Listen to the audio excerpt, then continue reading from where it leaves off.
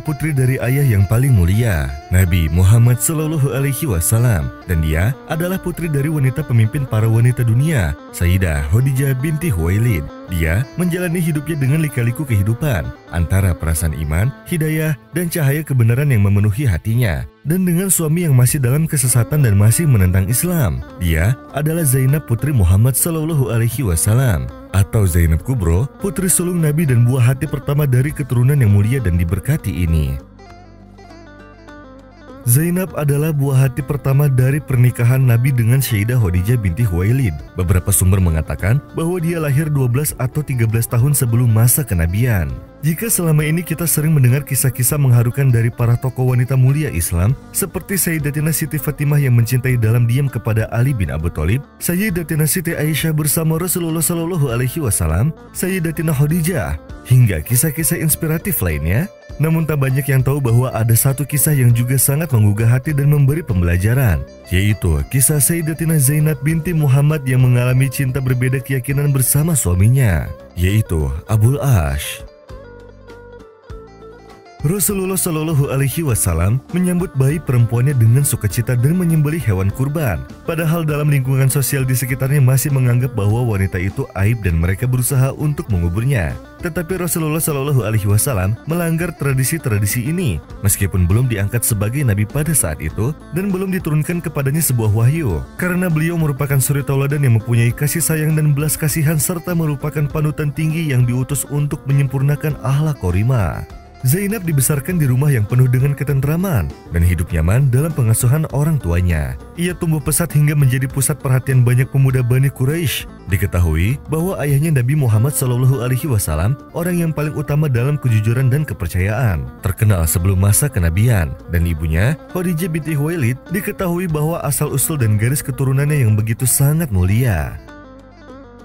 Bermula ketika Abul Ash bin Rabi datang kepada Rasulullah, ia meminta agar Rasulullah SAW sudi untuk menikahkan putrinya Zainab. Lalu Rasulullah berkata, "Tunggu sebentar, aku akan tanyakan kepada Zainab." Karena dalam Islam, perempuan berhak untuk memilih siapa yang dia senangi dan tidak ia senangi. Tidak boleh seseorang perempuan dipaksa untuk menikah dengan seseorang yang tidak dia cintai. Rasulullah lantas mendatangi putrinya. "Wahai Zainab putriku, sungguh Abul Ash bin Rabi datang untuk meminta dirimu sudi untuk menjadi istrinya." Namun Zainab terdiam.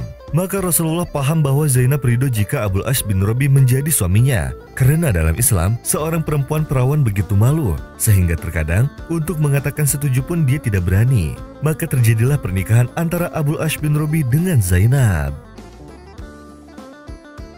Hari kian berganti. Saat Rasulullah telah berusia 40 tahun, maka Allah Subhanahu wa Ta'ala mengutusnya menjadi nabi dan setelah itu Allah mengangkatnya menjadi rasul.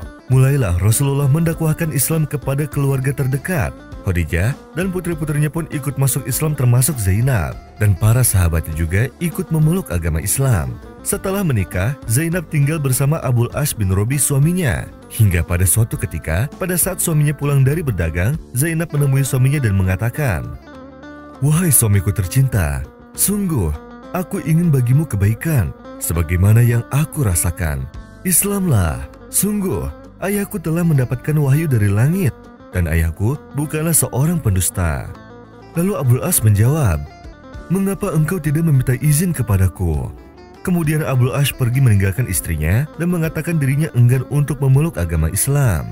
Tetapi walaupun demikian, kehidupan rumah tangga mereka tetap berjalan sebagaimana biasanya orang berumah tangga. Karena ketika itu, Allah Subhanahu wa Ta'ala belum memerintahkan bahwa tidak boleh menjalin hubungan rumah tangga jika salah satunya muslim atau muslimah dan salah satunya lagi musyrik. Hubungan ini berjalan dalam kekufuran. Datanglah masanya hijrah dari kota Mekah di mana orang-orang beriman disakiti, hartanya diambil, dan ketika itu datanglah Zainab kepada Rasulullah dan berkata, "Wahai ayahanda, sudikah engkau membiarkan aku di sini bersama suamiku? Aku ingin mengurusnya." Lalu Rasulullah pun mengizinkan Zainab untuk menemani suaminya, yang ketika itu masih belum memeluk agama Islam. Zainab senantiasa berupaya mengajak suaminya untuk memeluk agama Islam. Namun apa daya Zainab, karena hidayah hanya ada di tangan Allah Subhanahu wa Ta'ala. Sedahsyat apapun ketegaran hati Zainab mengajak suaminya untuk masuk Islam, tetap saja Abul Ash tidak mau. "Sungguh, aku tidak mau," Karena aku khawatir orang-orang Mekah mengatakan aku masuk Islam disebabkan karena istriku. Karena aku patuh kepada istriku. Aku tidak ingin dikatakan demikian oleh orang-orang kafir, ucap Abdul Ash. Meski begitu, Zainab tetap bersabar menghadapi suaminya, sehingga datanglah masa perang Badar, di mana semua orang di Mekah dipaksa untuk memerangi kaum muslimin. Dan terjadilah perang dengan 313 pasukan kaum muslimin berhadapan dengan 1000 orang dari Quraisy. Di antaranya ada Abul Ash bin Robi yang juga dipaksa untuk memerangi umat muslim. Sungguh, Zainab khawatir kalau suaminya terbunuh dan juga khawatir kalau ayahnya juga terbunuh. Perang Badar pun usai dengan kemenangan umat muslim atas izin Allah Subhanahu wa Ta'ala. Terbunuhnya dan tertawanya kaum Quraisy, termasuk Abul Ash bin Robi. Ketika penduduk Mekah datang untuk menebus para tawanan, maka saudara laki-laki Abul Ash yaitu Ammar bin Robi telah datang untuk menebus dirinya. Ketika itu, Zainab istri Abul Ash masih tinggal di Mekah. Ia pun telah mendengar berita serangan kaum muslimin atas kafilah-kafilah Quraisy termasuk berita tertawanya Abul Ash. Berita ini sangat menyedihkannya. Lalu ia pun mengirimkan kalungnya yang terbuat dari batu oniks Zafar, hadiah dari ibunya, Khadijah binti Khuwailid. Zafar adalah sebuah gunung di Yaman. Khadijah binti Khuwailid telah memberikan kalung itu kepada Zainab ketika ia akan menikah dengan Abul Ash bin Robi. Dan kali ini, Zainab mengirimkan kalung itu sebagai tebusan atas suaminya, yaitu Abul Ash. Kalung itu pun sampai di tangan Rasulullah Shallallahu Alaihi Wasallam. Ketika beliau Shallallahu Alaihi Wasallam melihat kalung itu, beliau segera mengenalinya. Dan kalung itu mengingatkan beliau kepada istrinya yang sangat ia sayangi, yaitu Khadijah. Beliau berkata, "Wahai kaum muslimin, ku kembalikan kepada kalian kalau semisalnya kalian memberikan izin kepada Abul Ash, dibebaskan tanpa harus memberikan jaminan kalung ini. Karena kalung ini merupakan kalung milik Khadijah yang diberikan kepada Zainab. Dan Zainab menebus suaminya dengan kalung ini." Maka dibebaskanlah Abul Ash tanpa tebusan. Dikembalikanlah kalung tersebut kepada Zainab. Kehidupan terus bergulir, tetapi Abul Ash masih belum juga diberikan hidayah untuk masuk Islam. Maka datanglah Rasulullah membisikkan ke telinga Abul Ash dan mengatakan, "Aku ingin membisikkan kepadamu suatu perkara, maka dengarkan. Wahai Abul Ash, aku tidak pernah mengetahui engkau berkhianat. Aku mohon kepadamu, kau kembalikanlah Zainab. Sungguh, Allah Subhanahu wa Ta'ala telah mengharamkan kalian untuk bersama dengan dua keyakinan yang berbeda." Maka Abul Ash menjawabnya, "Baik ya Rasulullah." Lalu Abul Ash pun kembali ke Mekah dan dia berkata kepada Zainab, "Wahai Zainab, sungguh kita akan berpisah." Lalu Zainab pun bertanya, "Kenapa wahai suamiku?" Abul Ash pun menjawab, "Sesungguhnya ayahmu memerintahkan agar engkau diantarkan ke kota Madinah. Sesungguhnya Allah telah melarang kita untuk tetap bersama." Akhirnya Zainab pun diantarkan ke kota Madinah. Berpisahlah kedua kekasih ini. 6 tahun Zainab di kota Madinah berpisah dengan suaminya. Berbagai macam lamaran datang ingin menikahi Zainab, tetapi ia tidak sudi menerima lamaran tersebut. Dia berharap seandainya suaminya kembali dan masuk Islam. Dia berharap suaminya datang kepadanya dengan keadaan Islam dan menjemputnya kembali menjadi istri Abul Ash. Setelah 6 tahun datang saatnya Abul Ash pergi membeli dan menghantarkan berbagai macam ragam perdagangan orang Quraisy. Ketika pulang, Abul Ash mendapati para sahabat-sahabat Rasulullah sedang mengintainya. Maka seketika kaum muslimin mengejar Abul Ash dan saat itu Abul Ash lari meninggalkan harta milik orang-orang Quraisy. Ia bersembunyi dan bertanya di mana rumah Zainab. Lalu ia masuk ke rumah Zainab. Zainab pun terkejut melihat suaminya dan bertanya, "Apakah engkau telah masuk Islam?" Abul Ash menjawab, "Aku datang menyembunyikan diri. Sungguh, kaum muslimin telah mengambil harta milik kaum Quraisy. Tolong Zainab, amankan diriku." Sembunyilah Abul Ash di rumah Zainab. Lalu ketika subuh, Zainab berkata sekeras-kerasnya, "Wahai kaum muslimin, sungguh aku telah memberikan jaminan keselamatan kepada Abul Ash, maka janganlah mengganggunya." Kemudian Rasulullah berkata, "Wahai kaum muslimin, kalian mendengar suaranya? Kita wajib memberikan kepada Abul Ash jaminan keselamatan." Kemudian Rasulullah Shallallahu Alaihi Wasallam meminta kepada kaum muslimin, "Kalau kalian sudah mengembalikan semua harta kaum Quraisy untuk diantarkan ke Madinah, maka lakukan. Tetapi aku tidak memaksa." Untuk mencari keriduan Rasulullah, maka mereka mengembalikan seluruh harta kaum Quraisy. Abul Ash berangkat ke kota Madinah dan menghantarkan semua harta milik orang-orang Quraisy pada pemilik-pemiliknya. Setelah semua kembali kepada pemilik-pemiliknya, maka berkatalah Abul Ash, "Wahai orang-orang Quraisy, adakah yang kurang dari harta kalian? Apakah ada harta kalian yang tertinggal?" Maka mereka berkata, "Sesungguhnya engkau orang yang jujur. Sebaik-baik orang adalah engkau." Lalu Abul Ash bersaksi, "Wahai kaum Quraisy, saat ini aku telah bersaksi bahwa tidak ada sesembahan yang patut disembah kecuali Allah dan Rasulullah sebagai utusan Allah. Aku mengimani Muhammad dan aku akan kembali berhijrah." Maka dia kembali ke kota Madinah. Kemudian ia bersaksi di hadapan Rasulullah, kemudian masuk Islam dan mengucapkan kalimat syahadat. "Aku bersaksi bahwa tidak ada Tuhan selain Allah, dan aku bersaksi bahwa Nabi Muhammad adalah utusan Allah." Lalu Rasulullah Shallallahu Alaihi Wasallam mengembalikan Abul As sebagai suami untuk putrinya Zainab dengan akad pernikahan yang baru untuk menyatukan kembali pasangan yang selalu berpisah dan sikap serta nasib mereka yang saling memisahkan. Meskipun faktanya percikan cinta yang bersih masih menyala. Sungguh betapa bahagianya Zainab ketika melihat keislaman Abul Ash. 1 tahun setelah itu, Zainab meninggal dunia. Zainab wafat pada tahun 8 Hijriah. Ia terkena penyakit sejak janinnya keguguran di tanah gurun ketika dia meninggalkan Mekah. Dan suaminya Abu Al-Ash bin Robi menangis begitu dalam sehingga orang-orang di sekitarnya ikut menangis. Kemudian ayahnya Al-Mustafa Shallallahu Alaihi Wasallam menyolatinya di masjid dan kemudian membawanya ke tempat pemakaman di tanah yang baik. Ia membawa kenangan orang-orang terkasih yang meninggal sebelum dia, mulai dari kisah kesabaran yang indah, iman yang mulia di jalan kebenaran, dan pesan bimbingan serta kebaikan.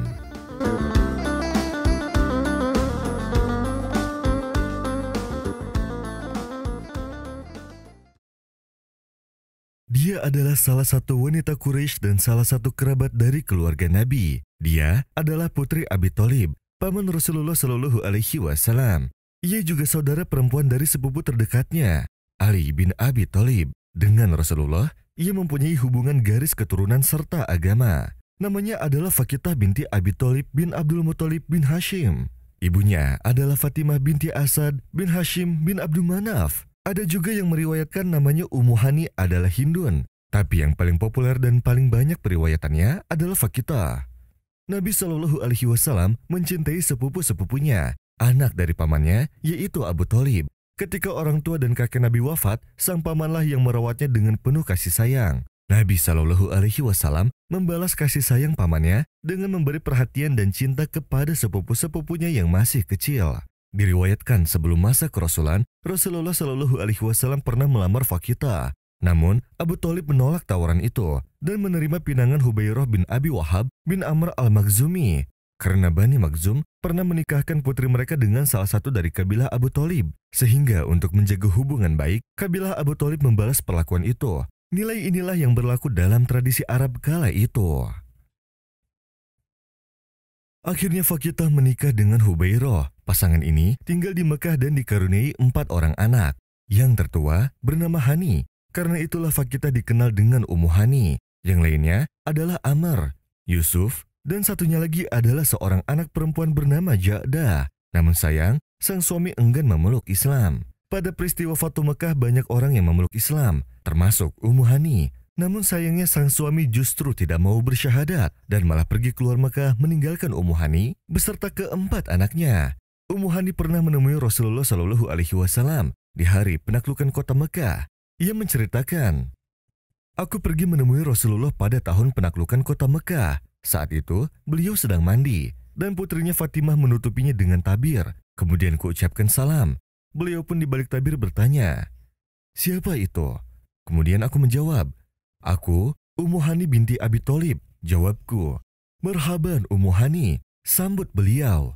Usai mandi beliau menunaikan sholat 8 rakaat dengan berbalut 1 pakaian. Setelah sholat, aku berkata, 'Wahai Rasulullah, saudaraku Ali bin Abi Thalib ingin membunuh seseorang yang aku lindungi, Fulan bin Hubairah.' Rasulullah pun bersabda, 'Sungguh, kami melindungi orang yang engkau lindungi, wahai Ummu Hani.' 'Jika demikian, jelas masalahnya,' jawab Ummu Hani. Setelah ditinggal oleh sang suami, Ummu Hani kembali mendapatkan pinangan dari Rasul. Namun kali ini bukan hanya karena cinta, melainkan karena Rasul iba melihat Ummu Hani beserta anak-anaknya yang terlantar. Ummu Hani berkata, "Wahai Rasulullah, aku mencintaimu melebihi mata dan telingaku. Akan tetapi, bukankah hak-hak seorang suami itu besar? Aku khawatir jika aku menerima engkau sebagai suami, perhatianku terhadap diriku beserta anak-anakku akan terabaikan. Namun apabila aku lebih mementingkan anak-anakku, aku khawatir aku tidak bisa memenuhi hak-hakmu baginda Rasul sebagai suami." Mendengar jawaban Ummu Hani, Rasulullah tidak kecewa apalagi marah. Beliau bersabda, "Sebaik-baik wanita yang menunggangi unta adalah wanita Quraisy, karena dialah orang yang paling sayang kepada anak-anaknya, dan pada saat yang sama dia juga yang paling perhatian kepada suaminya." Ketika Ummul Mukminin Khadijah wafat, Rasulullah merasa begitu sedih. Dalam keadaan itu beliau sering menemukan penghiburan di rumah Ummu Hani. Keluarganya mendukung dan menghiburnya saat beliau sedang berduka. Ummu Hani adalah sosok penting dalam sejarah Islam. Dari rumahnya, di bawah atap yang menjadi langit keluarganya, sebuah kemukjizatan pernah terjadi. Kediamannya yang penuh berkah menjadi saksi peristiwa Isra Mi'raj. Nabi Muhammad SAW datang ke rumah Ummu Hani untuk melakukan sholat malam lalu tidur di sana. Malam itu, rumah Ummu Hani dikunjungi malaikat paling mulia, Jibril alaihi salam, untuk menjemput Nabi Muhammad SAW. Dari sanalah peristiwa Isra Mi'raj bermula. Perjalanan satu malam menuju Yerusalem dan Sidratul Muntaha dimulai. Saat malam tiba, Nabi pun kembali ke tempat yang sama. Kemudian Nabi SAW mengabarkan kepada Ummu Hani tentang perjalanannya. Ia pun mengimani sabdanya. Ummu Hani berkata, "Tidaklah Rasulullah SAW diperjalankan dalam peristiwa Isra Mi'raj, melainkan dari rumahku. Pada malam itu, beliau tidur di rumahku setelah beliau melaksanakan sholat Isya." Dan seperti inilah Ummu Hani radhiyallahu anha sebagai perumpamaan seorang wanita yang penuh orisinalitas terhadap keluarga suaminya. Adapun Nabi SAW terkadang masih berketergantungan pada Ummu Hani karena akhlak dan karakternya yang baik. Setelah penaklukan kota Mekah, Ummu Hani mentelaah ayat-ayat wahyu dan menghafal hadis Rasulullah SAW. Dan dia meriwayatkan dari Nabi puluhan hadis. Beberapa hadis tersebut ada yang memperjelas tentang hukum syariat. Seperti sabda Rasulullah SAW menjelaskan puasa sunnah. Orang yang berpuasa sunnah dapat memilih. Jika dia mau, maka berpuasa. Dan jika dia tidak mau, maka dia boleh berbuka. Dan sabda Nabi yang menjelaskan bagaimana tata cara mandi besar. Seperti sabda Nabi, "Jika salah satu dari kalian hendak mandi besar, maka basuhlah setiap anggota badan sebanyak 3 kali. Dan beberapa hadis-hadis yang diriwayatkan oleh Ummu Hani menonjolkan keutamaan ilmu dan kedudukan dalam risalah Samawiyah. Seperti sabda Nabi SAW, "Ilmu adalah warisanku dan warisan para nabi sebelumku." Ummu Hani juga meriwayatkan bahwa dia sedang berbicara dengan Rasulullah SAW. "Ya Rasulullah, beri aku petunjuk untuk suatu amal perbuatan, karena aku telah sepuh, melemah, dan menjadi gemuk." Lalu beliau SAW bersabda, "Katakanlah Allahu Akbar 100 kali, karena itu lebih baik bagimu daripada 100 unta. Dan katakanlah Alhamdulillah 100 kali, karena itu lebih baik bagimu daripada 100 kuda-kuda yang dibebani dan dilempari batu yang kamu bawa di jalan Allah. Dan ucapkan Subhanallah 100 kali, maka itu lebih baik bagimu daripada 100 budak dari Bani Ismail yang kamu bebaskan karena Allah. Dan ucapkan La ilaha illallah, maka kamu akan terhindar dari dosa." Dan termasuk hadis-hadis yang diriwayatkan Ummu Hani adalah dari Abdurrahman bin Abi Layla. Ia berkata, "Tidak ada seorang pun yang menceritakan kepadaku bahwa ia melihat Nabi SAW melakukan sholat duha kecuali Ummu Hani. Sungguh, ia pernah mengatakan, sesungguhnya Nabi SAW pernah masuk ke rumahnya pada hari Fatu Mekah. Lalu beliau mandi dan melakukan sholat 8 rakaat. Aku tidak pernah melihat sholat yang lebih ringan daripada itu. Namun beliau tetap menyempurnakan ruku dan sujudnya." Dan dari Ummu Hani, Nabi SAW berpesan kepadanya, "Peliharalah kambing wahai Ummu Hani, karena ia pergi dengan kebaikan dan kembali dengan kebaikan." Dan masih banyak hadis-hadis lain yang belum diriwayatkan. Ummu Hani radhiyallahu anha menyaksikan wafatnya Rasulullah SAW pada tahun ke-11 Hijriah. Kemudian ia hidup sampai zaman Khulafaur Rasyidin hingga menjumpai Islam berkembang di luar Jazirah Arab. Sampai setelah itu dia merasa hancur dengan kesyahidan saudaranya. Ali bin Abi Thalib sebagai khalifah keempat. Dan Ummu Hani pun meninggal tak lama setelah itu. Menurut riwayat yang paling relevan, ia menjadi salah satu wanita pada zaman kenabian yang dihormati, yang mendapat kemuliaan baik dalam agama yang lurus dan iman yang mendalam serta garis keturunan yang mulia.